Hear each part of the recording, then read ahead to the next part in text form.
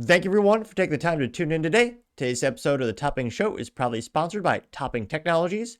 Topping Technologies is an IT value-added reseller and services company with a special proficiency in IT security. Heck, I see their founder at least twice a day because he's quite handsome and brilliant. He's me, see, that's the joke. If you're an IT leader or business owner, you can reach out to the team at sales@toppingtechnologies.com. Also, still giving away a free flamethrower with every IT purchase. And yes, of course, it does come with a fun Picatinny rail adapter, so you can mount it to any standard AR-15 like all awesome accessories can be. Go to toppingtechnologies.com and click the flamethrower button to learn more, or click the URL in the video description below.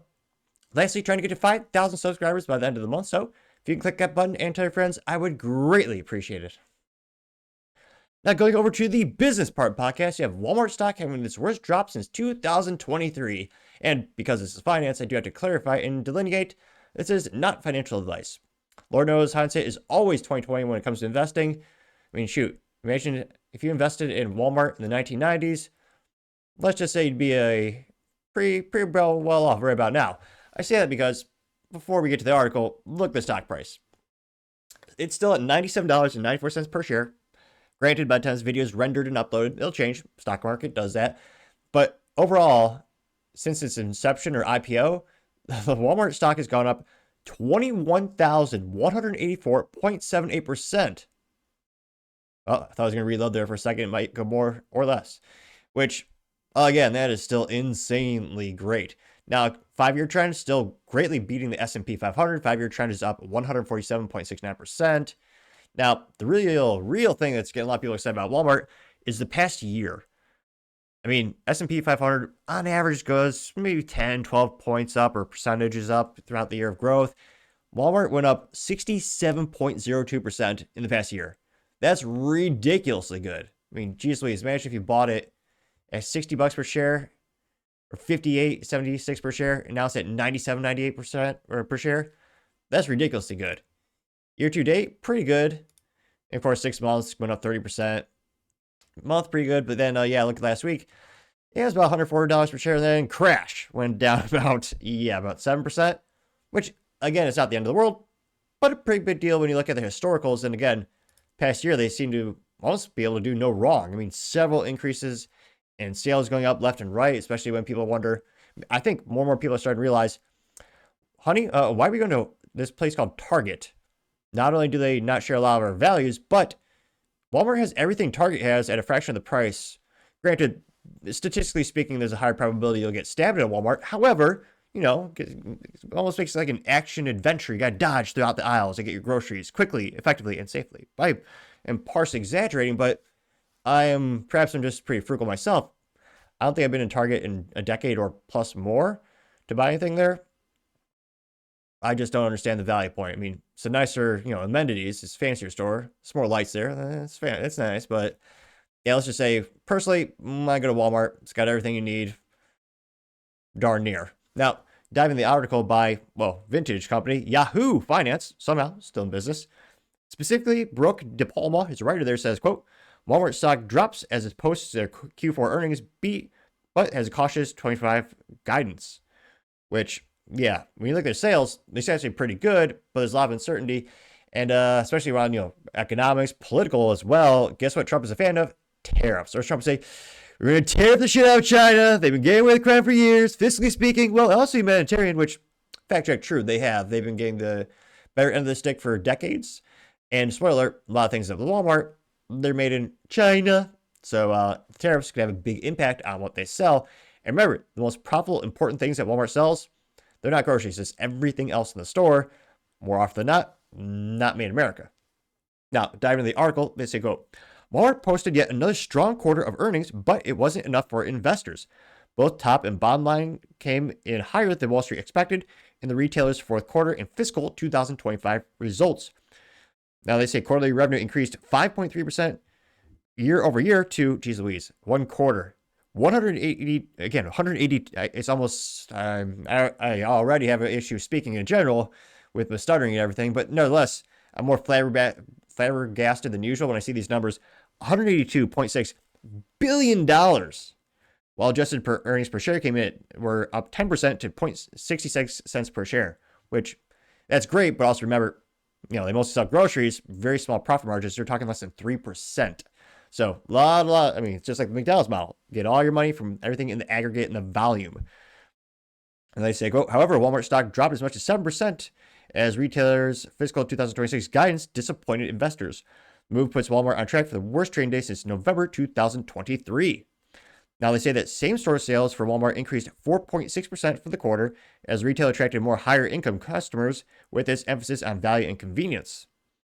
They say Walmart's U.S. e-commerce sales jumped 20% year over year, fueled by in-store pickup and delivery, as well as advertising its platform on the online marketplace, which I don't want to say F- for marketing, but I mean, I'm a shopper at Walmart. How have I never seen advertising for Walmart on them internets? It's kind of bizarre. Nevertheless, Doug McKillon, the CEO, says, quote, "We have the momentum driven by our low prices, a growing assortment, and an e-commerce business driven by faster delivery times. We're gaining market share, our top line is healthy, and we're in great shape with inventory." Now they continue saying, quote, "Its subscription service, Walmart Plus," because every subscription has to have a plus. That's the rule, I don't know who thought of it first, but it is the default subscription name for pretty much everything these days. Now, they say the Walmart Plus subscription service saw double-digit growth in the quarter, while membership and other income increased 33%. The retailer's U.S. grocery business, which makes up 60% of total sales, saw a mid-single-digit income same-store growth, boosted by increased foot traffic and e-commerce. Discretionary items like toys, home decor, and fashion have been lagging in recent years, saw low single-digit worth growth, which isn't good because those things are infinitely more profitable than things like groceries. I say for the full year, Walmart surpassed Wall Street expectations. Net sales increased 5.6% to $684.2 billion, which is quite a pretty pain to say the least. They say, quote, "However, investors will focus less on the quarter and more on the outlook for 2025, with specifically outlook we expect to be initial conservative and below consensus guided for the fiscal year." This is according to Deutsche Bank analyst Christina Katai, that told their clients in a prior note of their earnings. They continue saying, quote, "For its fiscal year 2026, the company put forth conservative guidance, which has been done for the last 2 years. It projects to increase net sales between 3 and 4%.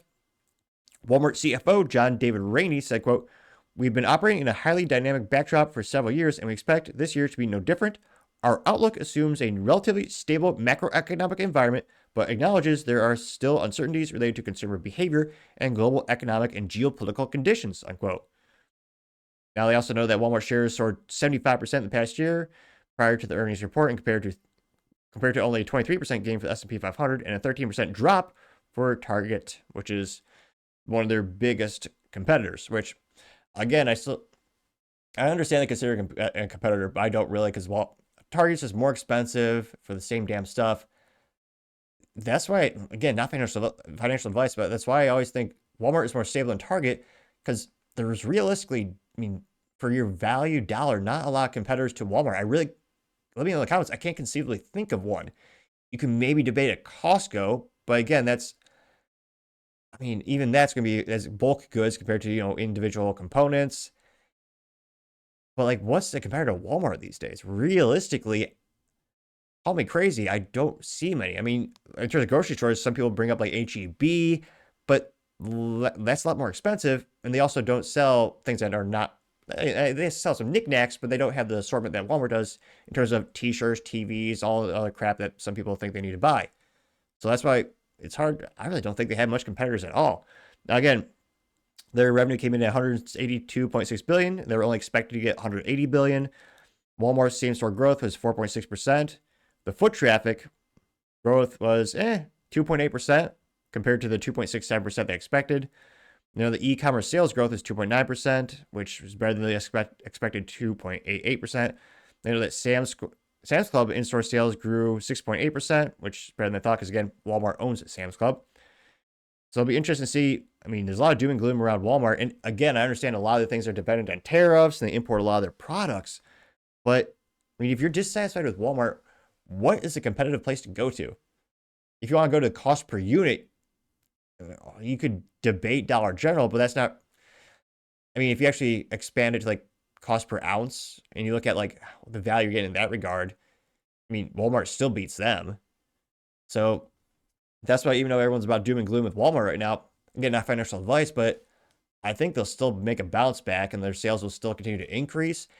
And as this becomes a political thing with, again, the tariffs, maybe the CEO of Walmart will talk with Trump about getting certain exemptions, or maybe they'll onshore some production of some of the things that they make. I mean, Sam Walton, the founder of Walmart, he actually had a big initiatives, I believe, I want to say it was the 90s. I read his book. It is called Sam Walton Made in America.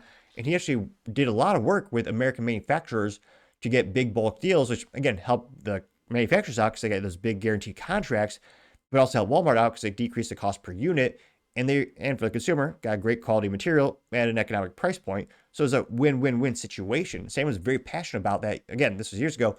Now his kids and grandkids are in charge of Walmart. And again, also the shareholders. So it'll be interesting to see if they try to pivot back to that. And again, depending on the tariffs, that might even be cheaper, debatably, but we'll see. But let's just say my 3 cents, it used to be 2 cents, but 4-year hyperinflation got to be 3 cents. I think Walmart's going to be just fine. And shoot, I think their sales will continue to grow and investors will eventually realize the long-term value of Walmart. But let me know in the comments because, as always, be fascinated to hear what you have to say. Thank you, everyone, for taking the time to tune in today. Again, trying to get to 5,000 subscribers by the end of the month. So if you can click that button, I really appreciate it. Also, give me a thumbs up, thumbs down, or comment. It's a great way to give me some additional feedback, letting me know how I can make the show better and better. Lastly, don't forget to take time to tell your family, tell your friends, tell your coworkers, heck, tell your enemies, anyone and everyone. Just stay safe and fight the good fight.